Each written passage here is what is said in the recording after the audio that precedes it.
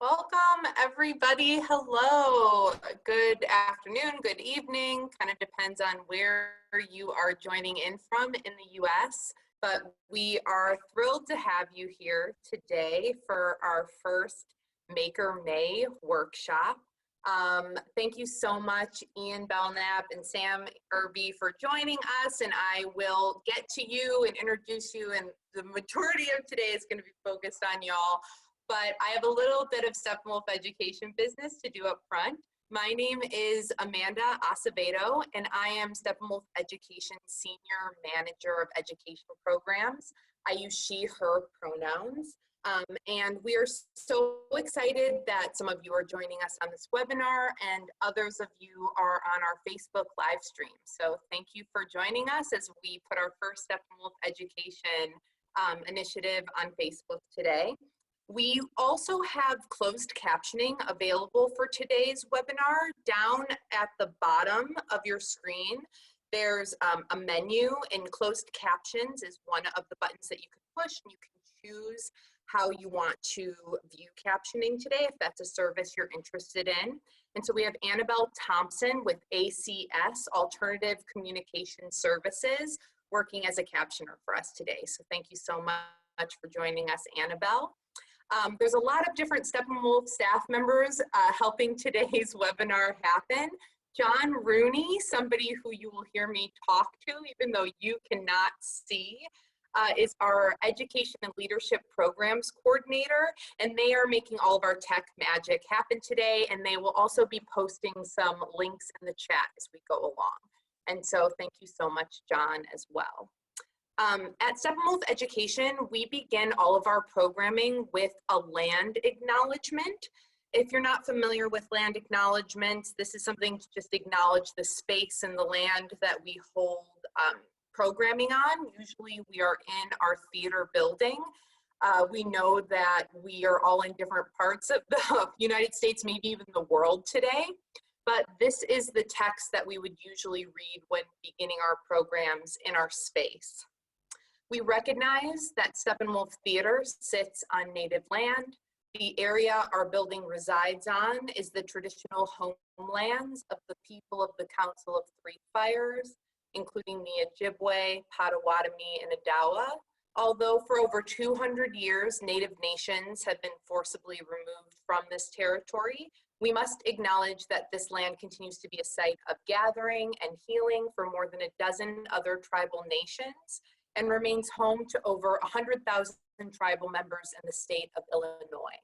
And if you want to look up more about the land you might be on right now or where your institution resides on, John is going to post a link in the chat. It's that link down there that can kind of give you more information about that land. So before we launch into exploring and experimenting with Live Lit and hearing more about the writing processes of Ian and Sam, I just want to tell you a little bit about what you're tuning into today. So thank you for joining Steppenwolf Education for Maker May. You can see our mission statement up on the screen right there.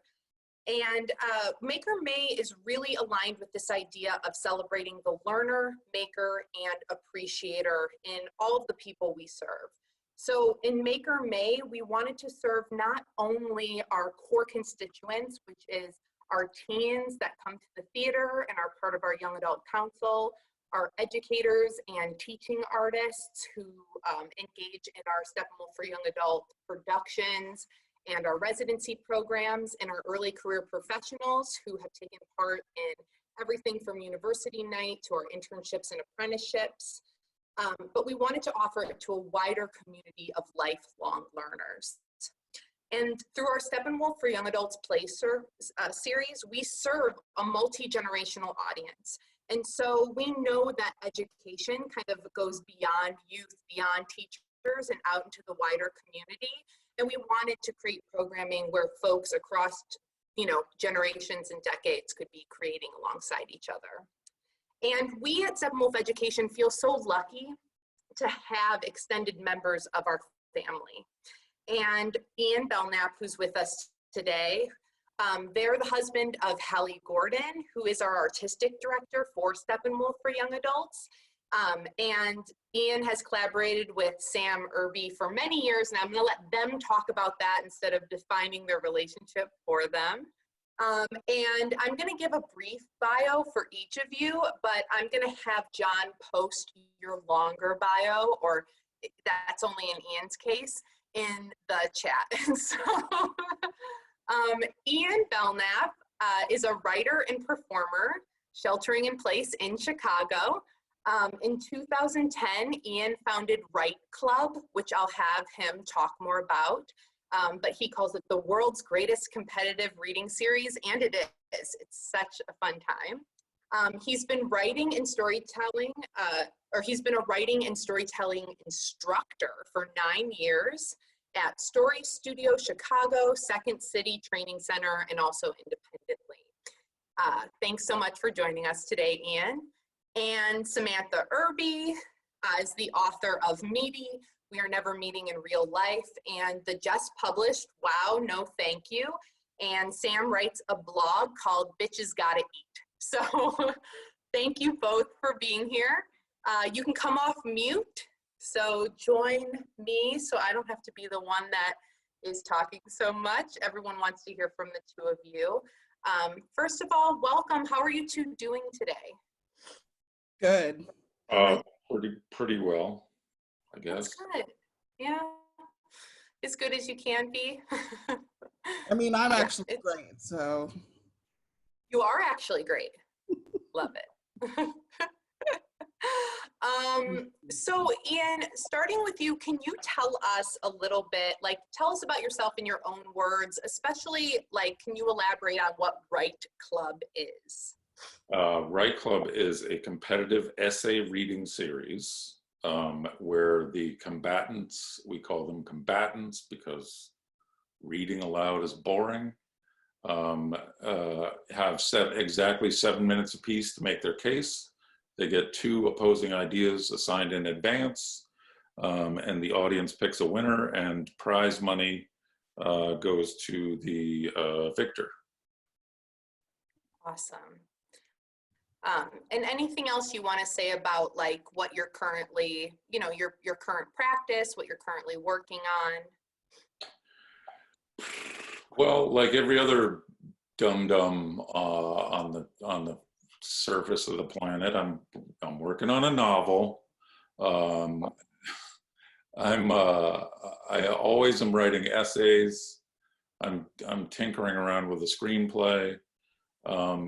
You know, the thing, my background is in performance, and so this is a weird time for somebody doing what I've done for all of my adult life, which is say things in public.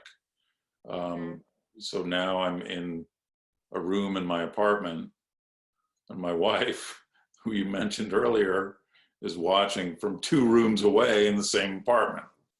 That's where we are now. Yeah, that's intense. It is a weird time if you're a performer and kind of thinking about what that means in this space. Does it mean anything? Sam, you just had a book published in March, I believe. I'm not sure if like how the pandemic sort of has played into that or disrupted around that, or you said that you're doing great. So I'm just curious to hear about where you're at right now. Well, I was supposed to go on tour, which I didn't have to do thanks to Corona, but I've done a lot of events like this, which are really great because when they're done, you just like get up and turn your computer off. You don't have to like have people coughing and sweating on you. And people are trapped in their houses, and I write jokes, so that's a good thing in this time. So lots of people have bought the book. So yeah, I mean, it feels sort of like gross to be like, I'm doing okay during the pandemic, but I'm actually like doing okay. I mean, if there were no pandemic, I'd be like in Kentucky right now trying to convince people to buy my book. And I don't have to do that. I can just show everyone my dirty living room and beg them to buy it from my house. It's great.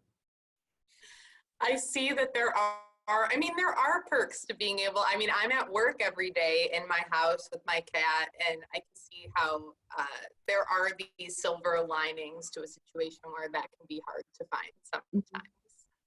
Yeah. The reason that the two of you came to mind for Steppenwolf Education as like a really cool kickoff to Maker May is when it comes to your voice, your aesthetic, the way you kind of look at the world and interpret it through your writing and live lit performing feels really on par with Steppenwolf's aesthetic and like what we're hoping to do with the artwork on our stages.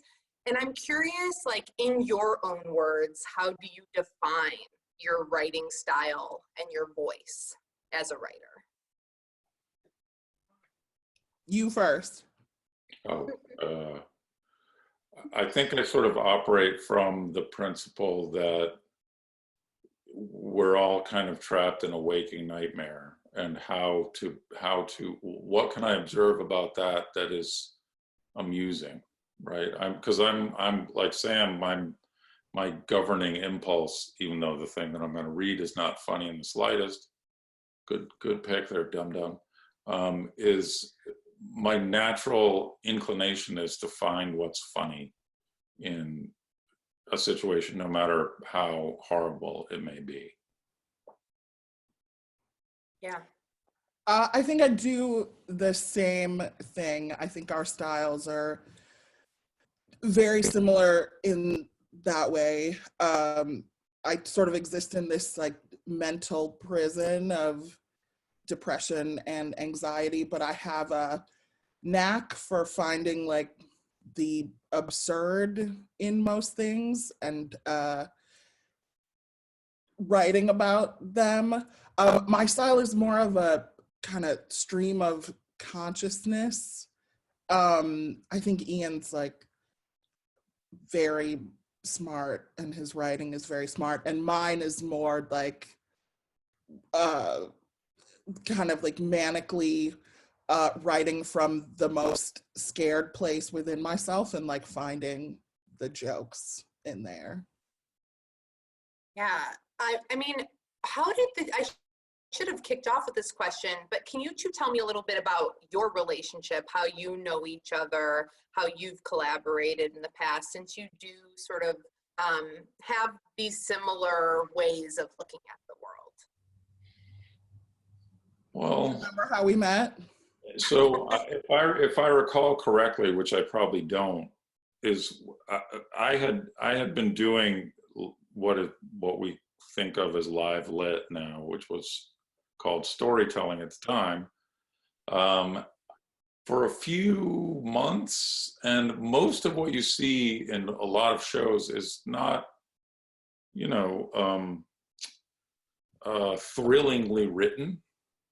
There's a lot of good performance that happens, for sure, but the language, the freshness and sort of excitement of the language tends not to be very high. And when I saw Sam read a piece, it like blew the doors off of my tiny mind, and I was like, you and I should do something together. And I was like, we had never met before, but I was just like, I just wanted you in my life, you know what I mean? So I can't blame you, but of course, like he tells the story the way a man would tell the story with no fucking details. So we were doing this show at the Hideout, and Ian read this piece about it's that Paul Newman piece about like eating your own shit. Oh yeah. And so, and that's in my wheelhouse. I write a lot about poop, and I was like, who's that? And then, so he reads this piece, it was really great, and I was standing in the back, and then like this crowd kind of formed around him, and I was like, is that dude famous? Like, who is Who is that? I think it was like my first or second ever storytelling show. And Sorry, then I my got up. wife in the other room is laughing her head off right now. Laughing her head off. Why? Because you told the story in a horrible way, and I'm No, giving because of the idea, the ridiculous notion that I'd be famous. Oh, well, he had like all these fanboys like gathered around him, and I was like, who is that? So it was like my first or second show, and I got up and I read a horrifying story that I will not recount in front of any children that might be watching. And then afterward, like I got off the stage and he came over to me and I was like, the famous dude, the belle of the ball is coming over to talk to me. I can't believe it. And then from that day on, we were like this. Oh, that's really a sweet story, but it seems also true to character. I love it. So I'm curious, sort of along the way, when you are cultivating this voice, this way of expressing yourself, is that something the two of you sort of like naturally fell into? Is it something that you intentionally kind of narrowed in on and worked on developing it? Or does it, does it kind of like stream from you naturally? I'm just curious about your thoughts on your style and voice and how that's been defined or changed over time. I mean, I think mine just comes out, and you can tell when I write things where I'm like trying to be more than I am, and it never really feels right. Like, I have a few things that I've written where I've like tried to imitate a like fancier style, and it never feels like me, especially for performance. It never comes out right. So my style is generally just like my kind of unfiltered thoughts, and then they get kind of edited, but it's mostly like I just put from my brain onto the page, and that's it. Yeah. And what are your thoughts about that? So I think one of the things that Sam and I hopefully share is a capacity to sort of observe ourselves on a sort of ongoing and probably mostly pretty merciless basis. So like the part of the ability to make painful things funny, I think, lies in like really particularly seeing yourself and what is happening inside you and what you're doing in the world and so forth. And so for me, I know that sarcasm was my first defense in the world. When I was like 14, I grew like 6 inches, and I had always been sort of a, middle height, chunky little thing. And then suddenly I was taller than everybody, and I had this voice coming out of me. And so it was, it became, a mechanism of deflection. I think another thing that Sam and I share is that we're sort of like critiquing everything, like constantly on a permanent basis, like not just the stuff that we read and see, but the world and its people. So I don't know. These are great answers. Don't Okay, worry good. about It it. feels a little bit like we're sitting in the bed, but good. If you think it's great, then great.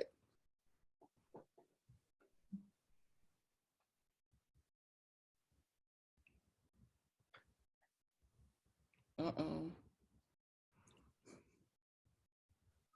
Good night, everyone. She was like, you've been great. Yeah. Bye. I'm gonna flee the scene. I love Bye, idiots. Oh, there we go. Okay. Okay. Oh, you're back, Amanda. Are you? Well, Kind of. Oh no. it. Okay. Well, since we're having a little technical difficulty, we could jump ahead to reading out your story, Ian. That works. Oh. Oh, Amanda's back. And Sorry, I think this it's is the second time I've been kicked out today. the joy of the technology. Yes, I want to hear, so I asked Ian and Sam to both read a piece just so we could get a sense of their voice. But to address something that was in the chat, somebody was like, am I in a class or am I in a, today, as it says on the Steppenwolf website where people registered, today is kind of for Maker May. Tuesday is where we get in depth with our two artists. Thursday is more of the in-process workshop, and we give a challenge at the end. Sorry that I didn't say that up top. So that's how we're structuring these two-day workshops. And if you want to read more in-depth information on the virtual StepEd page, it kind of lays all that out for you. Yeah, so I think like you can talk all day about like your voice and how you've defined it, but I think actually hearing from the two of you is a more powerful tool. And so I asked you both, and you both generously said yes, if you read out a piece for us. Ian, I've selected you to go first, so I hope that's okay. Right. No, it's no fun at all. Wise choice, I get it. And I'm curious, before you read it, do you want to give us any context for what it is and why you wrote it, or would you rather wait till you're finished? Yeah, no, I actually think a tiny bit of context is actually pretty important. So this is a letter that I wrote to some creative writing students that I had at the time of the Kavanaugh confirmation. Nobody flee, it's not overtly political, so everyone simmer down. But the class in question happened to be all women, and I could see them really, really suffering and really sort of anguished in the wake of this thing. And so I just wrote them a thing that was kind of in response to that. And so I think that's all you need to know. Thanks, Ian. John is going to put up slides so those that want to follow along with the text visually, if that's helpful for you. Yeah, and if you could do like the bouncing ball thing, that would be super duper. If you don't have that capacity, I get it, but. Whenever you're ready? Here we go. Hey friends, in the dispiriting peat bog of unctuous duplicity that the nation has permitted itself to become, some days it grows unfathomably difficult to recall that all this wide world is not a tiresome and degraded slog through this final night of a chintzy, shoddily constructed, dangerous carnival where the rickety carousels are greased with the blood of the defenseless and the crooked games run by leering thieves who've abandoned even the last vestiges of artifice, who will meet your gaze and report in an even voice as you press your final banknote into their pearly and sweatless palm, that this last spin of the wheel will deliver you from a final indignity before the lights flicker out and the whole hateful spectacle gets torched by the faithless maniacs who own and operate and profit from it. And as they themselves are engulfed in the flames they touched off, they will declare that they are just and prudent and constructive. It grows tougher by the hour to bear witness to this galling and fated pantomime, leached of all liveliness and capacity to surprise.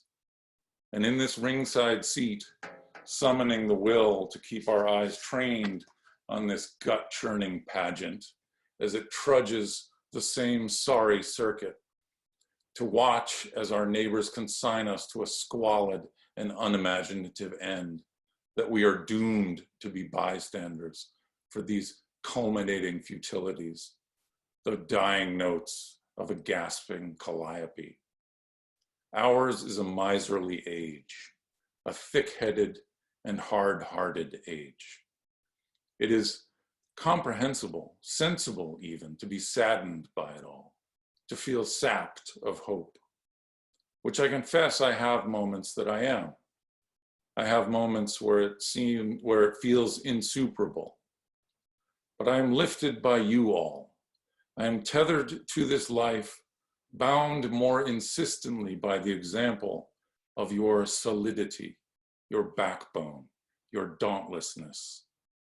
To have been visited by horrors, to have walked with monsters, these things are not sufficient to lay claim to the splendid or enduring. The fact of pain is incidental. Yesterdays filled with sorrow and madness are without consequence. It is the capacity to rise when ruined, to stand when splintered, that animates and elevates a past filled with pain, that ignites and livens it, remakes it and allows it to speak. Pain is mute. It is flat-footed and vacant and dull. And left undisturbed, it is enduring and poisonous. Pain cracks and splits only when it is known. It does not bear up under the weight of its own name. It is language, this distillate of wisdom and moxie and communion that enlarges us, that emboldens us. We focus the beam of language and we can sunder our pain, splice and divide it, pulp and pulverize it. And in generosity, in kindredness and affinity with the tongs of our words, we will lift free an ingot of this pain, a bead of it, to lay on a table before us. Under the pressure and pulse of our regard, this ingot, this bead, is drained of its power to harm. It is countervailed by the clarifying scrutiny of our powers to describe, to unearth, to distinguish. And in the heat of the language we apply to it, that ingot, that bead, it begins to brighten like an ember. It throws off light and warmth.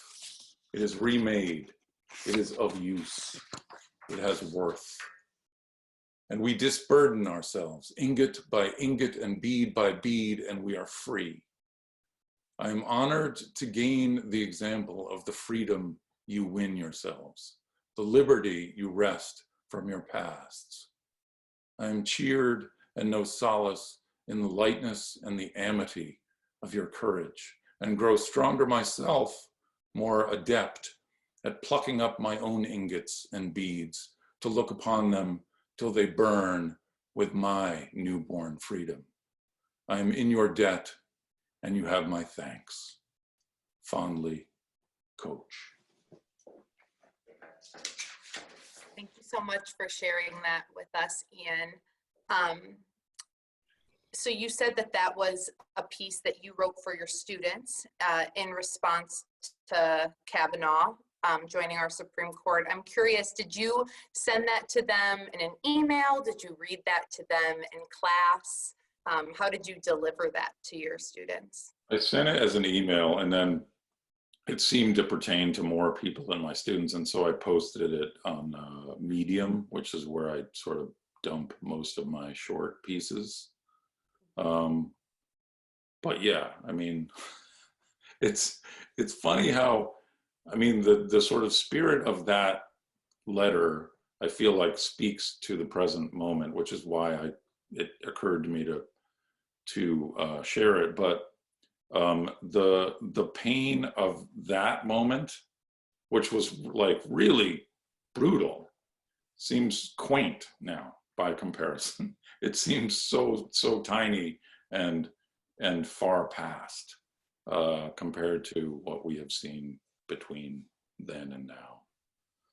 No, I appreciate that you're, you know, there are these like resonances of the current period. And I think, again, I wanted people to get a sense of the two of you from your written work as well. So something I'm going to be interested in diving into after Sam reads her work is a little bit about the way the two of you develop a piece, and especially when a piece is going to be published versus somebody in the chat was like, what is live lit performed, and sort of what that means for you. And maybe this piece wasn't necessarily written with that in mind, but I appreciate that you read that out to us.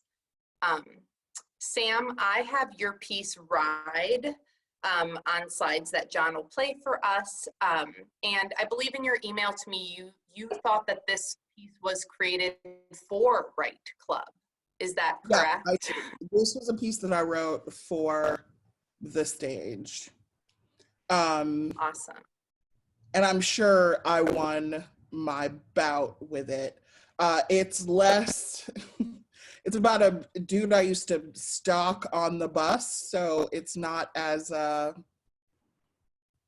good and political as Ian's is, but those are our styles. I write about stalking a stranger, and he writes very presciently about the state of our nation. I can't wait to hear Ride. And yeah, unless there's anything else you want to say about it, let's hear it. Can't wait. Lower your expectations. That's all I want to say. Okay. There's this dude who used to ride the 147 bus with me every morning. Tallish, tortoiseshell glasses, handsome, but like real life handsome, accessible handsome.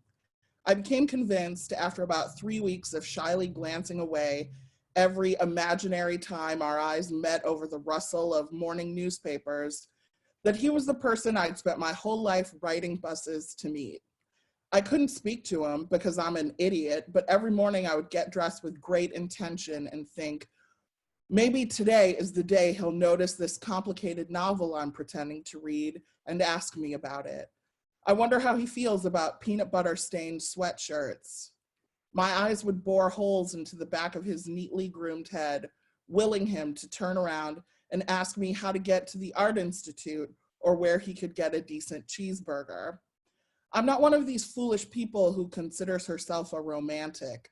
I can appreciate romance, for sure, but that's only if you understand the word appreciate to mean roll my eyes painfully toward the back of my head while bearing witness to romantic things happening to someone other than myself. It's not that I enjoy seething in a blinding rage over the hours flat Diet Coke on my desk while the girl I work the front desk with gets 4 dozen roses delivered to her on Valentine's Day. Never mind that I want to snatch that box of chocolates out of her hands and clobber her over the head with it, cheeks chipmunk stuffed full of oozing milk chocolate and sticky caramel goo. My real dilemma is that the UPS man is never leering suggestively over a heart-shaped package with my name on it, because romance is never really about the person who sent you the disgusting stale cookie bouquet. It's about making sure that everyone you could give a shit about knows you are desirable and worth $27, plus the exorbitant cost of next day delivery. I was raised by the television, primarily, and even as a kid, I had a grim view of interpersonal relationships that was rooted firmly in reality. My Barbie dolls had intense, complex relationships. Ken was always coming home late, drunk, and sneaking out behind the dream house with the cordless phone to call Midge. Skipper was masking a deep depression and abusing diet pills. And Barbie spent all of her time driving around in her Corvette, crying off her perfectly applied mascara while listening to Bread on the AM radio. My parents, like everyone else's, divorced early on in my childhood, and it was totally normal and not tragic because it was really easy to understand why two people who fought that much over things like unwashed laundry and inaccurate grocery lists might not want to live with one another anymore. The thing that resonated with me the most at that young age was that love is boring and requires more yelling than I'm comfortable with. I was loath to get excited about some ill-fated, star-crossed romance or conversely, life behind a white picket fence with some doting, devoted suit and tie. Especially because even if I found it, it was destined to devolve into shouting matches about garbage day and gritty beard stubble left behind in the sink. Even the most torrid love affair would eventually rot into passionless arguments about tax deductions and why I'm making spaghetti again. That is what I imagine when I think of a married couple. Two exhausted pieces of shit grimacing at each other across a scuffed dining room table, a pile of unpaid bills scattered between them, leftover chili reheating on the stove. And then my view of modern romance changed completely the day I happened upon the misconnections ads in the Reader. In that instant, it seemed like the most romantic thing. All those shifty looks across a crowded laundromat could actually mean something. The guy I spilled a beer on at the hideout last week might have actually thought I was sweet and adorable rather than a drunk, clumsy ape, and put an ad in the newspaper to find me so that I could drop my drink on him again. That revelation turned my sour thinking on its negative head. Every Imodium run at midnight and brushed fingertip at the drive-through window was now a potential opportunity for me to awkwardly trip over the human being of my dreams, provided that we could connect if they placed an ad in the paper in a timely manner after having serendipitously locked eyes with mine across the line snaking around the Aragon. I would sit in my bed on Friday nights, combing those ads for hours, fruitlessly searching for some sort of descriptor that could vaguely resemble me. Did I wear a red shirt last Tuesday on the train? Have I ever been to Lula Cafe on a Thursday night around 9? Do I have a fucking dog? I placed the ad on a whim, tipsy on box wine and feeling especially optimistic while watching Sex and the City on old VHS tapes. I included as many details as the character limit would allow, despite the fact that I'd memorized everything about him: fitted plaid trench coat, blue leather work satchel, brown square-toed boots, every day except Tuesday, when the boots were swapped out for a pair of gray New Balances. Are you terrified of me yet? The Monday after it ran, I rode the bus with butterfly wings beating against the interior walls of my stomach, my heart a knot of acid clawing up to my throat, waiting for the light of recognition to shine in his eyes as he boarded what was no longer a bus, but was now our pumpkin turned Cinderella carriage. And all he had to do was pay his $2 and push the singing, cleaning, cartoon rats aside to slide that glass slipper onto my quivering foot. I held my breath at his stop, my hope unwavered by the double lightning strike coincidence that would have to occur in order for this whole thing to work out in my favor. He didn't get on the bus that day or the next or ever again. I still scour the misconnections every single week. Not looking for that dude. I mean, it was like 10 years ago, and by now he probably has a devoted girlfriend who chauffeurs him around everywhere, because life is a celluloid wonderland of endless delight for conventionally attractive people. But because I still want to believe that random romance could really be a real thing. And the day I see an ad in search of a scowling bag of unpeeled sweet potatoes that has somehow sprouted a human head attempting, for the 9th time, to read and understand infinite jest while being jostled rudely around on public transportation, I'll know in my heart that it really, truly is. Thank you so much, Sam. Thank you. So I think knowing that you wrote this piece for Write Club, I'm seeing a couple of different questions popping up in the chat and in the Q&A about a lot of things, like writing for different mediums. Somebody asked what live lit is. I think people want to know what's the difference between live lit and a monologue. What's the difference in your writing process as you're thinking about performing it? So this can be a conversation between the two of you, but I'm just curious on your take on that question. I Yeah, mean, so I actually coined the term live lit. I can tell you where I was, I can tell you who I was having lunch with, but the reason for it is that, as I said earlier, the word storytelling was this sort of catch-all for this kind of performed written work. And since I'm mainly an essayist, and that's non-narrative, and it just felt like it did, so the word storytelling did not encompass what it was that I was doing. And so the term live lit is meant to sort of convey the idea, whether something is narrative or not, of something that is literary, meaning that it is like written with care and deliberation and craft, but it is meant to be read aloud for people, right? For assembled actual humans, right? And so, like I have examples from Sam's piece just now of like where it sort of lends itself both to a thing that you listen to, but is also like really beautifully, carefully written. Like that thing that I was talking about earlier about the capacity to sort of observe yourself is both interior and exterior. And she did that in a single line with seething with blind rage with an hour's flat Diet Coke on my desk, right? So it talks about her inner state and the circumstance in which she's existing. Or like the locking eyes with somebody in the line, snaking outside the Aragon, or a scowling bag of unpeeled sweet potatoes that has somehow sprouted a human head, right? So like,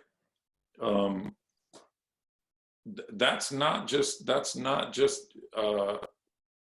on the fly talking about her self-image, right? That is, there's a lot of care and thought that went into that particular means of describing how she saw herself, right? And so even though it is very writerly, it also lends itself to being spoken. Yeah. that's very nice. Thank you. I think for me, the difference, because if you've read like anything I've written, especially in my books, I love a run-on sentence. I love to describe a thing with 47 words when you could just use 2. So I think the difference between what I do in my written work and what I do for the stage is I really cut a lot of shit out while trying to keep some of the like good sentences, because I don't want to just write who, what, when, where, right? Like that's boring. But I also don't want to be indulgent.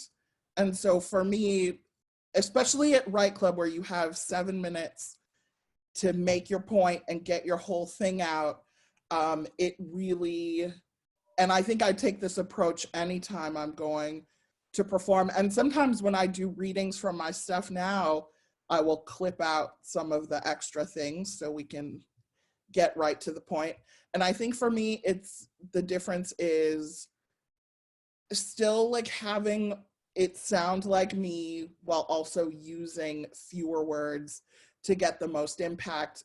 Because I think, I mean, we've been doing this for a long time, and I know my attention span, I mean, truly, if you don't get me in the first minute and finish in the 5th minute, that's it. It's like you may as well not have been on stage.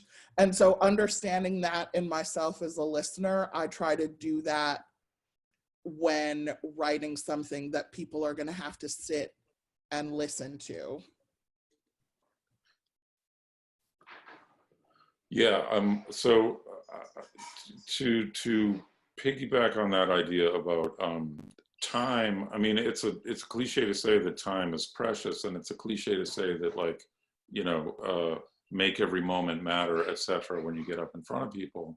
But the way that I hit upon the sort of time being central to the show that I created was exactly as Sam said. As a listener, if I go to a reading and everybody has some loosey-goosey time limit of 10 minutes and they're still talking at the 14-minute mark with no end in sight, then it's not just that I want to die, I want to kill everyone in the room. And so knowing that about myself, and it's not that I'm dumb, it's not that I'm like inattentive, it's that there's only so much of anything that anybody can take. And so you, even if it's good, yeah, it's torturous after 10 minutes. Yeah, like genius at the 10-minute mark, even if that level of genius is maintained, by the 12-minute mark, I start like hating them a little bit, right? And so it just felt like it was futilely struggling against a natural tendency of people to just let people have big hunks of time. In that Write Club at 7 minutes, would it be cut off? Yeah. If you're mid-word at 7 minutes, you're done. Yeah. It happened to me. I'm seeing some really great questions that's kind of about the performance side of the work. One I'm going to ask first that is not in the chat, this is just coming from me, but why live lit? Like, why perform? What sort of drew you to this style? Ian and Sam, like, and drew you to create Write Club. I'm curious why that form appealed to you. Egomania. You said ego? People clap for me.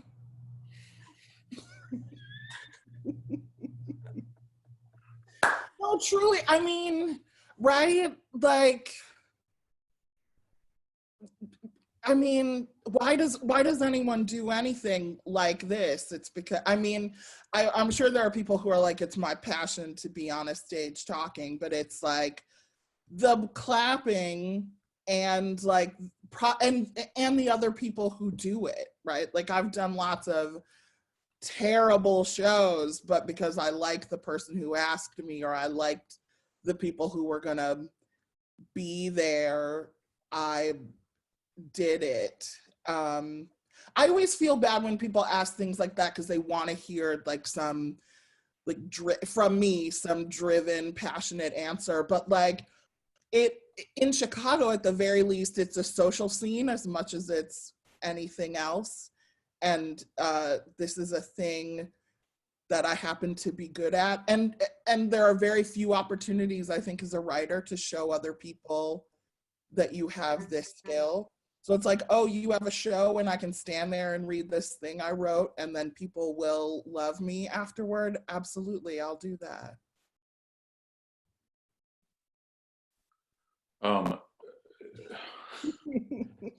So for me, it's, I should have been a writer all along, but I'm a slow learner. And so I've done a lot of different art forms. I was an actor for a long time. I did stand-up for a while. And so the thing that I noticed with stand-up was that it was an improvement upon acting, which I had no business doing at all. But because I was generating my own material, right? And so that was the thing that mattered to me, not getting a laugh every 12 or whatever seconds. And so I've gravitated more and more and more toward, you know, real writing over the course of my life. And so this is a form that sort of permits me to do the thing that I know well and that I know I'm fairly good at, which is be in front of people and not, you know, drown in flop sweat, and to really attempt something with the writing, right? So it's not improv, it's not you know, off book or off the top of your head storytelling.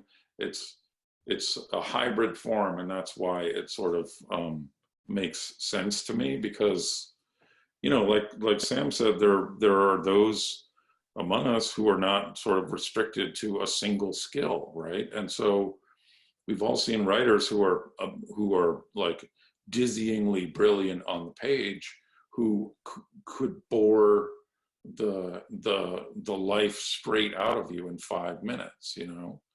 And so if you're not that, why not like show that you can be, you know, sort of lively and interesting and engaging, you know? I'm seeing a lot of questions that are about genre or kind of the boundaries that exist. Like, is live lit different than slam poetry? Is it different than theater? I think, and this is a question that when working with students, I know they get really wrapped up in like, is theater this or isn't theater that? And I'm curious, since right now we're live, right, with 300, 500 people, who knows, but we're not in another room with another person. And so I'm curious, in this space, a lot of people are kind of bringing up like podcasts and audiobooks, and are those connected to live lit? How do you think about that form in the world right now? Like, because we can't be in a room with other people. So do you think live lit can exist, or how are these other virtual mediums utilizing it? Or I'm just curious on your take on that.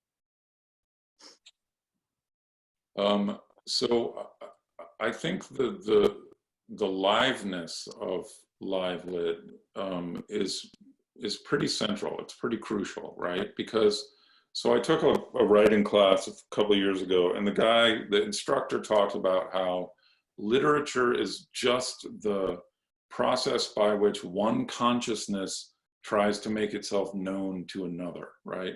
Through the vehicle of your language, you try and unload the contents of your mind and sort of place them in a single other mind, right? And in a live performance, right, where there's hopefully a lot of people, that's obviously a different sort of distribution model, right? So like, I have the contents of my mind, but like Sam said, there's things that can take place on the page that are not possible in performance, right? There's a sort of threshold of density and of complexity that you can get away with on the page that just won't ever fly when you're in a performed piece, right? And so where we are now in this weird sort of like sequestered, everybody is kind of an audience, but their experience is their own. It's solitary, it's not shared, right? Like, the thing about Write Club that remains thrilling to me, even though I've been doing it for 10 years, is that many people, like when you pack the back room of the Hideout, which is our venue, which is a legendary place. If you're a Chicagoan, you must do all you can to save the Hideout in this, you know, blighted time. When there's 100 people back there, it feels like something really, really big is happening. It feels like something really exciting is taking place, right? And the sort of like the bodies pressed together and voices raised and, you know, hollering as one. It's like there's no way you're going to get anything even remotely like that, either in a published piece, right? Even if someone sends you a fawning email, it's still not the same as that sort of blast of sound that you get from a live audience, right? And likewise with a podcast or some other sort of more individuated, even though it's performed, it's still like you're having a solitary experience of whatever it is that I have to tell you, right?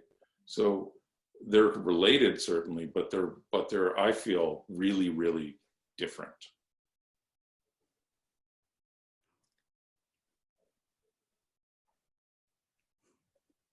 Sam, I don't know if you have anything to add. Oh, well, I was just gonna say, I just don't think it exists right now in the same way that like concerts don't exist right now. I think it also has to like be okay to not turn, I mean, this is like a different conversation, but to not turn everything into a thing we can do inside now. Like some things you just have to like wait until you can, like in 2 years when we're all vaccinated, everybody can get into live lit, but you can spend your time inside practicing your pieces and making sure that they're suitable. But yeah, live lit to me, I mean, I do the paper machete all the time. I mean, there are so many shows in Chicago where it just, you need the other people in the room like to make it what it is. And I think that's such a big part. Like the live is such a big part. Like otherwise it really is a monologue. And yeah, I think it really depends on having an audience there. So it doesn't exist right now, but it will again. And I'm curious, what has been your experience when recording your essays as an audiobook? I'm curious, do you think of that as a performance, or, you know, I know not all of those were probably written, maybe they were to be read out loud. I've always been curious how authors, especially when they're like narrating their own work, but what is that process like for you? I hate it. You have to sit in a carpeted closet sweating while like a producer and a director stare at you. I always, when I'm writing stuff for the book, I always kind of forget about the reading part. Like I forget about the audiobook part because usually that deal comes much later, like after I've turned the book in, and then it's like, oh no, I have to read it. And I don't write my things in a way that lends to them being read well. Like I said, it's lots of like run-on sentences and lots of parentheticals and those things. It does become a performance because you have to make things sound different. And I just have to entertain myself, you know, like 2 days stuck in a closet. It's like if I don't, you know, change my voice, it can get like boring and terrible for me. So I mean, if I write another book, I need to keep the audiobook in mind so that I make it easier on myself to read. If you listen to the audiobooks, you can definitely tell like the times when I can't fucking breathe because, oh, excuse me for swearing, because the sentences are long, because the sentences are too long. But yeah, it's torture to sit in a little closet listening. I mean, nothing is more humiliating than like listening to yourself or watching two people who are like trained to hear every mistake that you make listening to you. I always hate it. But it's, I mean, you know, it's fun to do when it's over. I'm like, oh, I just did that thing. It's very cool. But during it, I always like pray for death.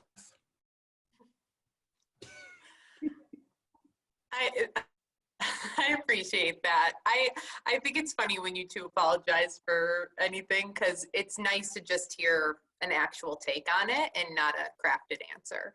I don't have any crafted answers about anything, truly. It's perfect.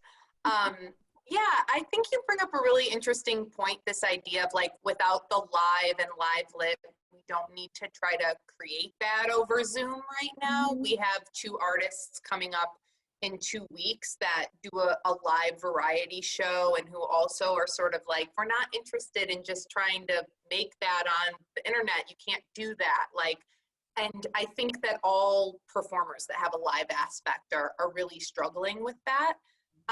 It's interesting though, because of the merging of the forms that you work in. Like, I'm curious to know right now in this space, are you two feeling creative? Are you still writing? Are you just taking a break?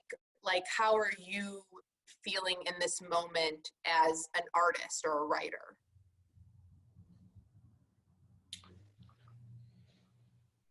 Well, okay. So I just had a book come out, so I'm pretty sick of myself and my voice and my face. I'm looking forward to not having to read those words I wrote ever again. So I put zero pressure on myself, especially when, like, I just put out a book, to come up with anything new. But that's not really how the world works, right? Because, like, this is the best time to sell another book while everyone is like dazzled by the success of, you know, the one that's out. So I'm gonna make Ian work with me on, Ian's a really good editor and person to bounce your stuff off of. So I'm gonna make him work with me on some new, like, essays that would go in another collection. But I have a newsletter that I write about Judge Mathis every day that has been, riffing on things is such an easy way to have a daily practice. I don't have anything to, like, write about myself every day, but writing about another thing every day is very easy. So just to kind of keep, I don't know, I don't want to say anything corny, like keep the muscles limber, but like just to like be writing, that has been a good practice for me. But it's also, I mean, I understand the impulse to like analyze this time that we're in, but it also like feels so stressful that I don't want to. I mean, the worst thing I think would be if I were to write a bunch of like quarantine stuff and then a year from now look back at it and go, ugh, look at all that stuff I forced myself to write in quarantine. So I'm trying to take it easy. I want to throw this question to Ian. We are being asked where you can sign up for the Judge Mathis newsletter. First of all, that's incredible that you want to know. Oh, wait, now I have to think of how you can. Oh, okay. You just have to go to bitchesgottaeat.substack.com. And they're free. People like get it. You can pay for it, but I got an email the other day that was like, I can't believe you charge for this. And I was like, I can't believe you don't want to pay for it because it's fucking incredible. But it's free, but you can pay for it if you like. You know, everyone is a huge piece of shit. That's not what people came here for, but my God. Okay, Ian, what are you working on? I don't think that's fair. I don't think everyone is huge. So the thing about writing for performance all the time is that it creates kind of feedback loop, right? Where you get in this sort of like rhythm of making a piece, and like the Machete is a perfect example. That's a weekly show versus most are monthly. And so they have sort of this bottomless appetite for fresh content every week. And so you can get into this, this thing of you write the piece, you slave over it, you read it, and then it dies, and then that's it, right? Like And so now, given that I am relieved of any burden of showing up any place but this room in my apartment, I'm writing, you know, longer stuff. I'm writing, like I said, a novel and a screenplay, and what's the novel? Can we hear about it? It's a crime novel because I like writing things that people will read. Mm-hmm. And so like literary fiction is just like, you know, it's the performance poetry of the publishing world, I think. Oh, you're about to piss some people off. Okay. Fine. That's fine. Yeah, let's do it. You know, I don't know. I don't know if it's any good, and I don't much care because it's a place to put my mind, and I feel like that's one of the main things that we all need right now is like one of the things that I see circulating on social media all the time is like, you know, if you're not packing every moment of these days to like learn new skills and like network and all that, and it's just like, can we all just please relax a little bit, right? Can we not take this as a sign that like, whoa, hold up, maybe that insane pace that I was living at is killing the world, and I should like sit and stare into the middle distance for some interval every day or whatever. But to your point, to your question about like the performed aspect of all of this, is that like I just started a thing that I'm calling Loose Leaf Lore, which is a writing project for now, for where we are right now, which is I can't go out and read you a story. I can't go out and like, you know, scintillate with my wit, right? All I have is this weird rectangular mediator between us, and a voice and a brain, and you know, so like, so that is about telling sort of quiet, small scale stories that are intended to be told to one listener, right? It's a different kind of, it's a different frame for the same activity, right? But you see all these people, all these shows scrambling around, like trying to replicate their live thing. And it's just like, guys, no, folks, it's not where we are right now. So, anywho. No, I think it's interesting to hear about the projects you are or aren't working on right now, because a question that I was hoping to get to, and I see a few other places too, is I'm curious to know if before this moment, if you primarily wrote in your homes or in other spaces, and just for each of you a little bit about like, how do you do that day to day? I know that a lot of like, a lot of questions I hear about writing is like, how do you get into that routine? Where do you go? Like, what works for you? And of course, it's different for each person. But yeah, I'm curious to know about your process pre and post or during the pandemic. And just a little bit about what that looks like to you. Like, are you somebody that is writing on loose leaf? Are you on the computer? Do you write in the mornings, the evenings? Is it not that calculated? It's just kind of whenever inspiration hits.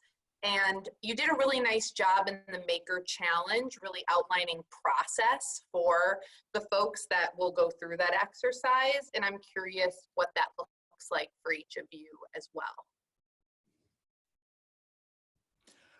If I have an assignment, I do it the minute before it's due. That was why I was so good at being in school, but it's paid off more now as an adult. I think, I mean, writing for someone, I really do wait until the last minute and then turn it in like the minute they tell me that I have to get it in. Writing for myself, I think I have an office. I don't go there. I mean, I didn't go there before, but it's nice to have. I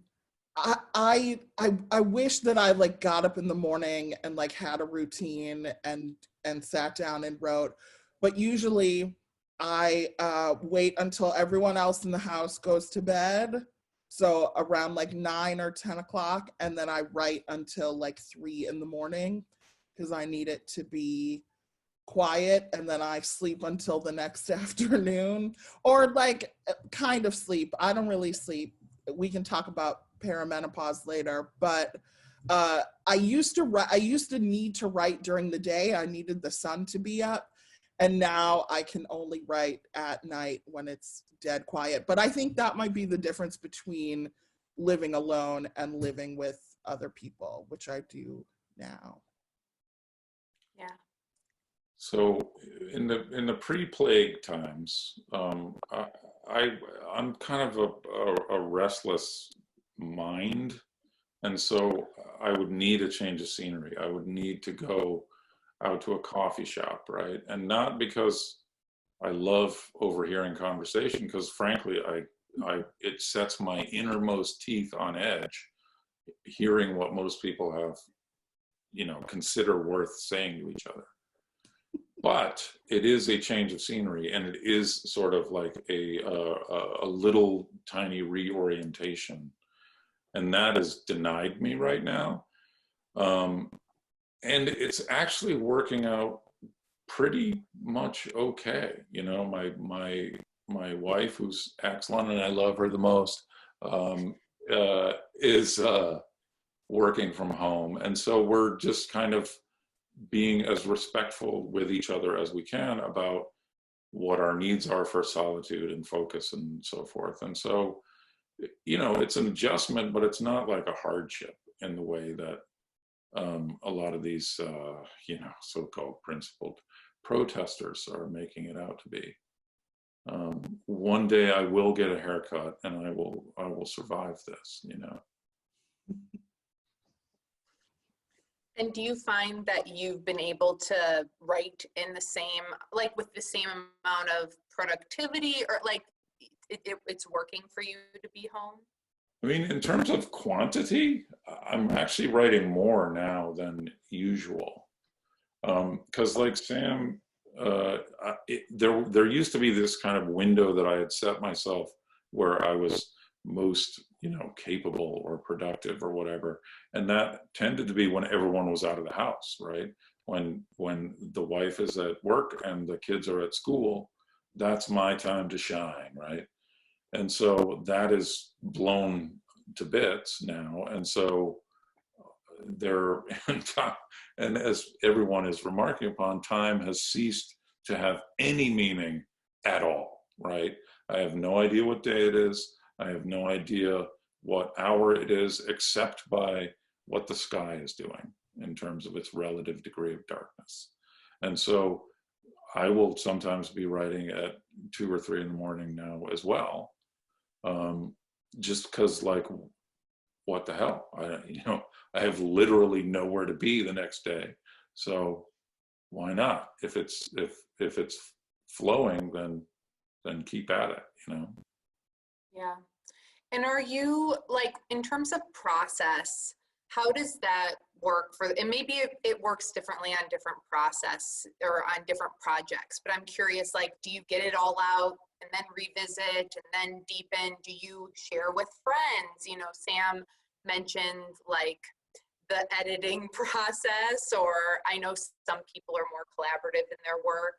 Do you have a rhyme and reason, or does that kind of organically happen differently on different projects? I don't let anyone read anything until it's done, and even then, like, if I'm being edited by someone, I send it to the editor, but I can't let regular people read my things because, and I don't think this is just me, but like if someone tells me what they think about something that's unpublished, I can't get it out of my mind. And very few people can read a thing and either give you good criticism or shut the fuck up. They always have to like tell you what they think. I'm completely uninterested in 99.9% of people's thoughts on my unfinished work. So I can't show it to anyone. Otherwise, I will never get that person's criticism like out of my head. As for collaborative things, I mean, Ian and I used to write together all the time, but I don't think we edited each other. I think we would just send things like back and forth. Although his is an opinion like that I would listen to and take under advisement. But I think, I don't know, as for what other people should do, I feel like you gotta trust your own voice. And, you know, I find editing is, or like people giving you an opinion, it never, rarely comes from like a good place. People often project their shit onto you. So for me, when like putting my things out into the world, I like to give it to someone and say, here it is, here's what it is. Don't tell me anything about it. It's already done.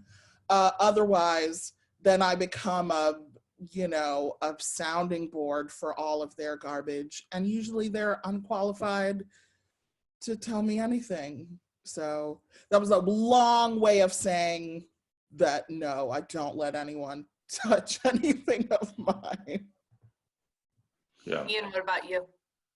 Same, like you're not going to see anything of mine until I feel like it is in some state of completion, right? Like there's always improvements you can make. There's always sort of like tweaks and adjustments and little cuts and so forth that you can make to anything.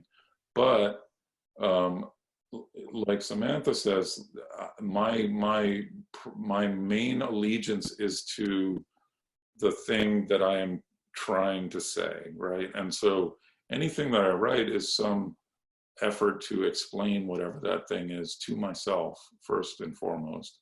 And it will be, for 5 times too long and, muddy in its thinking and all that stuff. And so the problem of seeking too soon the praise of other people is going to be like, well, no, actually, there is no praise to be had, because either, like she was saying, it's going to be their own stuff that has nothing to do with the word you've written, or you've shown it to them in some premature state, and it will not be the thing that you were intending it to become anyway, and then you're stuck with their take on it and their so-called improvements to make to it. But I will say this, is that like that thing of following your inciting impulse, or your whatever it is that you're trying to explore, comes with experience, right? And so Sam and I have each been writing for a long time, and so have developed a sense of like when a thing is promising or when it's near to where we want to get it to, right? If you're just starting out, then I would absolutely, take a workshop, have friends read it, like learn from what other people are seeing in it. But as I say that, I will say that like use that for comparative basis only, right? So what I mean by that is, what are you going for? What do they think they're seeing? And if they're wrong, how do you sort of narrow that gap between those? It'll be interesting for us, because I think that this is also a struggle that teachers have with students, and kind of how you give feedback that actually feels meaningful and constructive, especially to people that are just developing that voice. And I'm curious, when we come back on Thursday, you know, maybe we don't stick to the format that will be laid out for giving feedback, but I know that at Steppenwolf, we're trying to use a format that feels less prescriptive, because that can be really hard as an artist of any age to get the kind of feedback as you guys are talking about, that's more about how that person would do it rather than really searching for the meaning that you're trying to put out there. And I think that there is a lot of discomfort with like giving feedback or understanding what is useful feedback. And so after this conversation, I'm really interested for us to be considering that in Thursday's day of people sharing with us and us discussing that work that's in progress.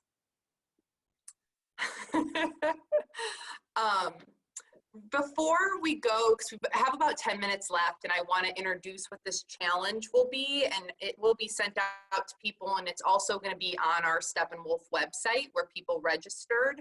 But really fast, Ian, a lot of questions emerged in the chat about where to find this loose leaf lore project.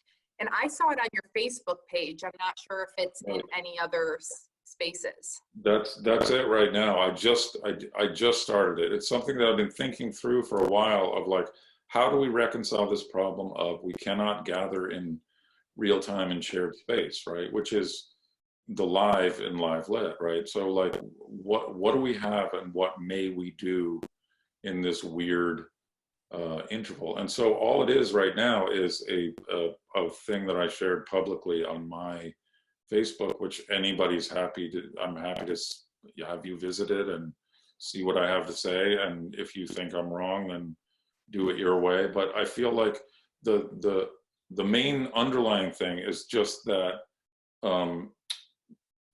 when I write for performance, I'm writing for this voice coming at you hard and loud and fast, right? And I will set you straight on some things, right? And so that's a very different kind of impulse than it's just a dude reading to some other unseen person at the other end of this, right? It's more like a phone call. In the old timey times, we used to like speak into a device, and right? And so it's more akin to that as a form of communication than the sort of broadcast of a performed work, right? So if you guys want to share a link to to my Facebook page where people can sort of see that I have like 3 or 4 rules or steps to take. It's very simple. It's all very simple. Awesome. Maybe John or B can throw that in the chat. I'm going to have John in a moment put up the slide with the Maker Challenge. And since you two designed it, if you want to introduce it, you're welcome to. Sam, real fast before we do that, my husband mentioned to me that you were going to be on WBEZ tomorrow. Is that correct?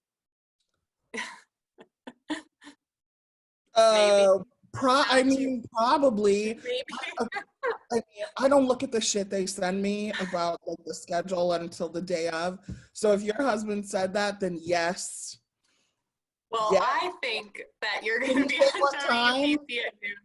I think at noon. What time? Did he say what I have to talk about? He did not. I asked if you'd be talking about your new book. Okay, hold on. I can talk about something else. You don't have to look. It's hilarious. That's amazing. I'm getting in the chat. Fucking love this moment. At 12:30 Eastern time, so 11:30 your time, awesome. With Jen White. 15 minutes. They're gonna call me on FaceTime audio. It's gonna be lit. Oh no. No. Yeah. Mm-mm. Okay, let's transition. Fine. It's gonna be fine, just fine, with a period at the end. Mm-hmm. So Sam and Ian, I asked them to come up with a writing prompt for the participants in this webinar. John is throwing it up there. And for Maker May, we wanted there to be a chance for our participants to make alongside our artists and then engage that artistic work with them.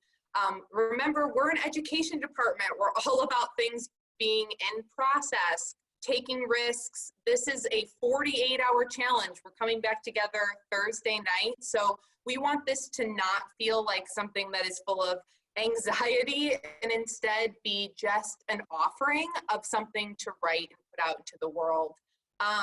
Ian or Sam, do you want to introduce this challenge? I'll do it, I guess. Awesome. We just want you to write a paragraph, a very detailed paragraph, about a tiny thing you missed from pre-pandemic life. And so that it is interesting both to us and to whoever else is participating, we want you to be as specific as possible and like, you know, no walking around the block, you know, no, like if you're gonna write about the coffee shop, I want to know exactly what drink at the coffee shop and who made it and why it's so special to you. But just a single paragraph about a thing that you miss from pre-pandemic life. Right. Yeah. And so the to piggyback on the specificity request, nothing generic. We all miss our friends. We all do. If that is what you're coming up with, keep thinking, keep brainstorming, right? What we're looking for is something that is unique to your experience, right? Something that is maybe not for public consumption. Maybe it's a weird little thing that you're like, am I the only person that like really cares about this? Like, for example, I have an aunt. I'm from the East, and so we say aunt. I apologize to you all. Who likes Oreos that are a little tiny bit stale. So they've softened a little bit, right? And that is a thing that she will go ballistic if you go into her cookie jar and take her, like, her not ready yet Oreos, right? And so what I'm looking for is that kind of particularity, right? That kind of like, that thing where you wonder, is this only me, right? Is this only, am I the only person that like would even notice this, right?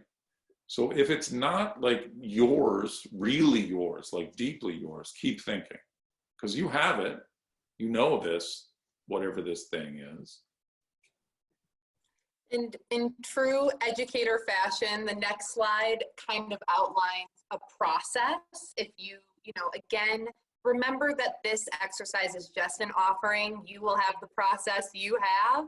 And there's two things I want to say. You're going to get this in an email, so don't worry about the Maker Challenge. And if you're going to get this slide, you'll get it in an email. It's also already on the Steppenwolf website.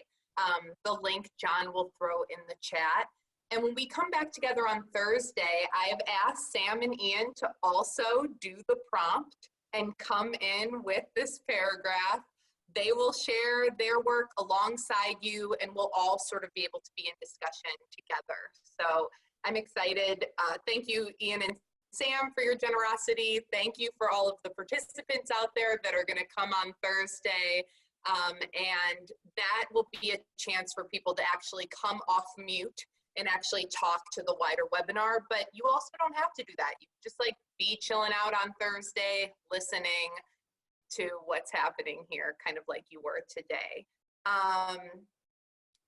Yeah, I think that that's it about the Maker Challenge.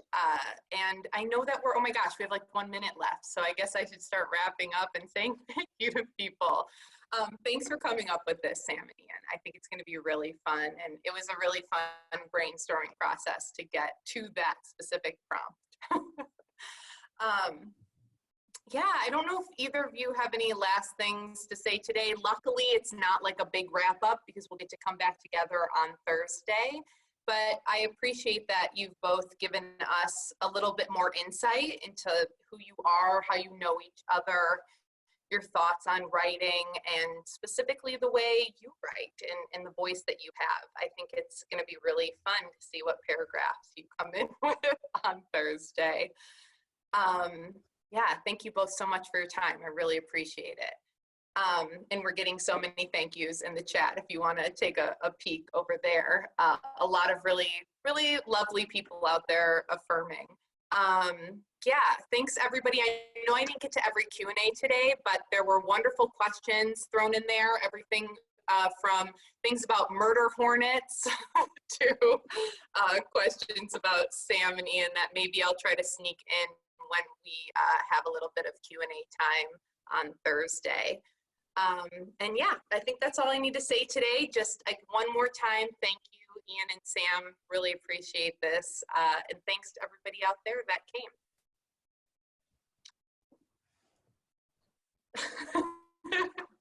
You two have a good night. Thank you so much. You too. Thanks. See you on the radio. See you on the radio. Ian, thank you. Thank you.